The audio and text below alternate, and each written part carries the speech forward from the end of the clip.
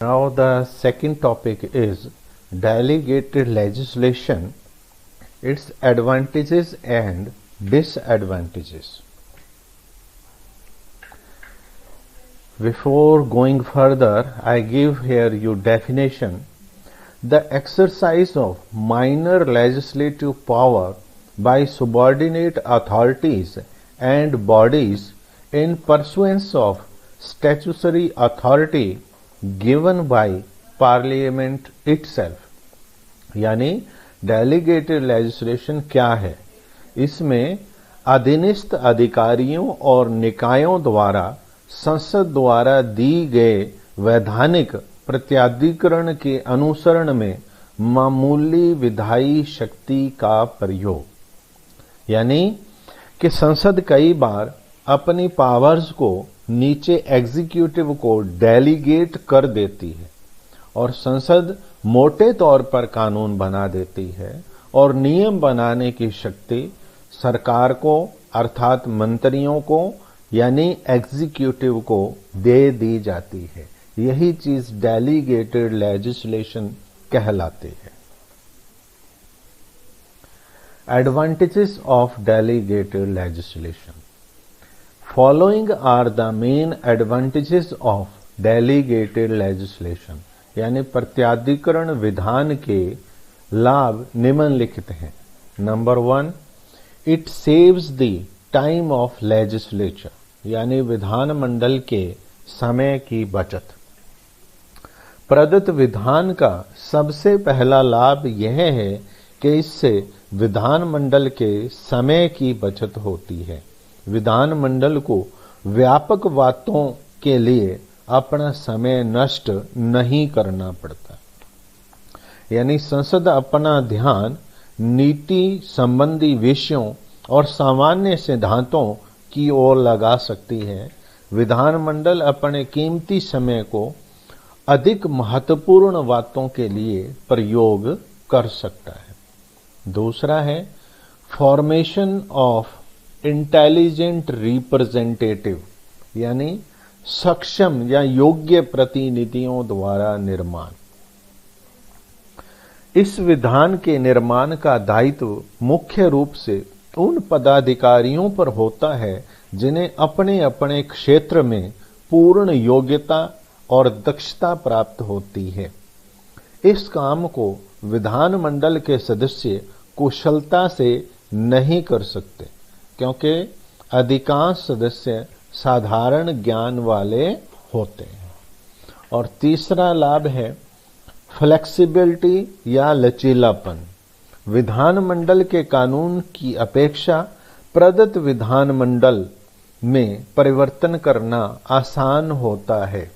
इसीलिए स्थानीय परिवर्तनों, सामाजिक परिवर्तनों और अनिश्चित परिवर्तनों को देखते हुए प्रदत्त निर्माण के अंदर जो कानून बनाना है वो ज्यादा अच्छा होता है, क्योंकि इससे लचीलापन आता है। एंड गुड फॉर इमरजेंसी, यानी आपातकालीन अवस्था में अच्छा। लेजिस्लेटिव लेजिस्लेशन आपातकालीन अवस्था में बहुत अच्छा रहता है। युद्ध, बीमारियों और प्राकृतिक मुसीबतों का सामना प्रदत्त विधान के कारण अच्छी प्रकार से किया जा सकता है। संकट काल का सामना करने के लिए कार्यपालिका के पास शक्तियों का होना अति आवश्यक है। And fifth point is new experiments possible, यानी नए प्रयोग संभव। प्रदत्त व्यवस्थापन द्वारा भिन्न भिन्न क्षेत्रों में प्रयोग किए जा सकते हैं। आधुनिक राज्य के कार्यों में बहुत अधिक वृद्धि हुई है और इन सभी कार्यों की पूर्ति के लिए नए नए प्रयोग किए जाते हैं। इन प्रयोगों की सफलता के लिए कार्यपालिका को प्रदत्त व्यवस्थापन की शक्ति सौंपना आवश्यक है। एंड छठा point is consultation with affected interest possible, यानी प्रभावित हितों के साथ परामर्श संभव। प्रदत्त व्यवस्थापन का एक और लाभ यह है कि इसके अंतर्गत प्रभावित हितों के लोगों से परामर्श करने के बाद नियम बनाए जाते हैं। जब नियम प्रभावित लोगों की सलाह से बनाए जाते हैं तो नेचुरली वो अच्छे होंगे और लोग अपनी इच्छा से उसका पालन करेंगे। और 7वां पॉइंट है कंसल्टेशन विद पीपल पॉसिबल, लोगों के साथ विचार विमर्श संभव। प्रशासन का लोगों के साथ दैनिक संपर्क रहता है, इसीलिए विधानमंडल की अपेक्षा प्रशासन बड़ा इजीली लोगों के साथ विचार विमर्श कर सकता है, जिसके फलस्वरूप अच्छे नियम बन सकते हैं।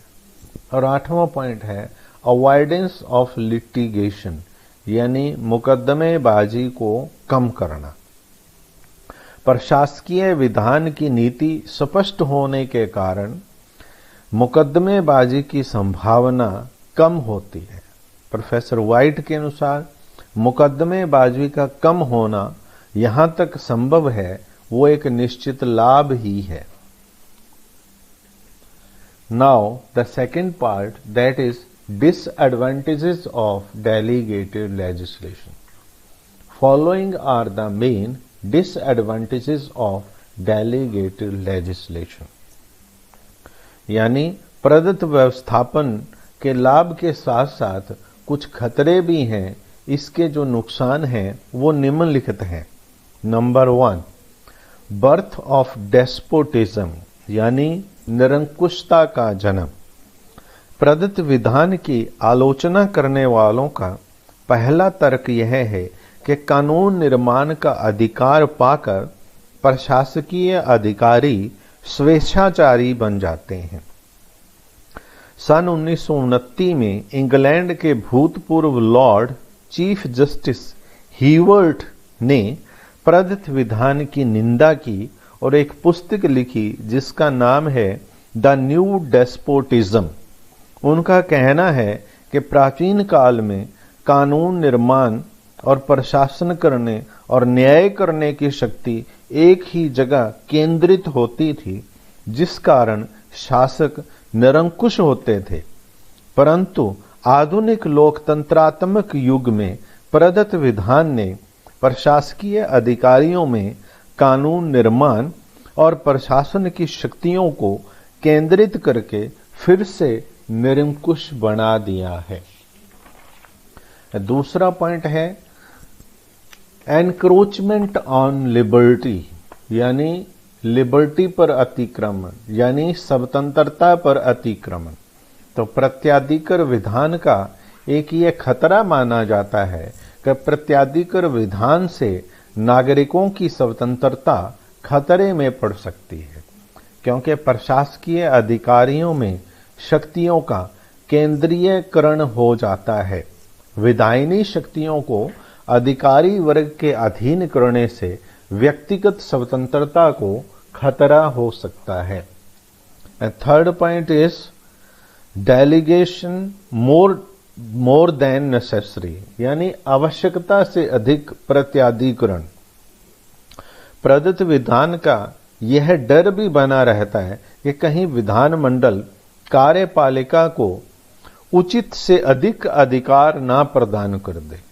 हो सकता है कि विधानमंडल के रूपरेखात्मक कानून को ही बनाने लगे और सिद्धांतों के निर्माण का कार्य भी नियम निर्माताओं के लिए ही छोड़ दे। और चौथा पॉइंट है consultation with institutions and not with public while making rules, यानी नियम बनाते समय संस्थाओं के साथ तो संपर्क होता है लेकिन जनता के साथ नहीं।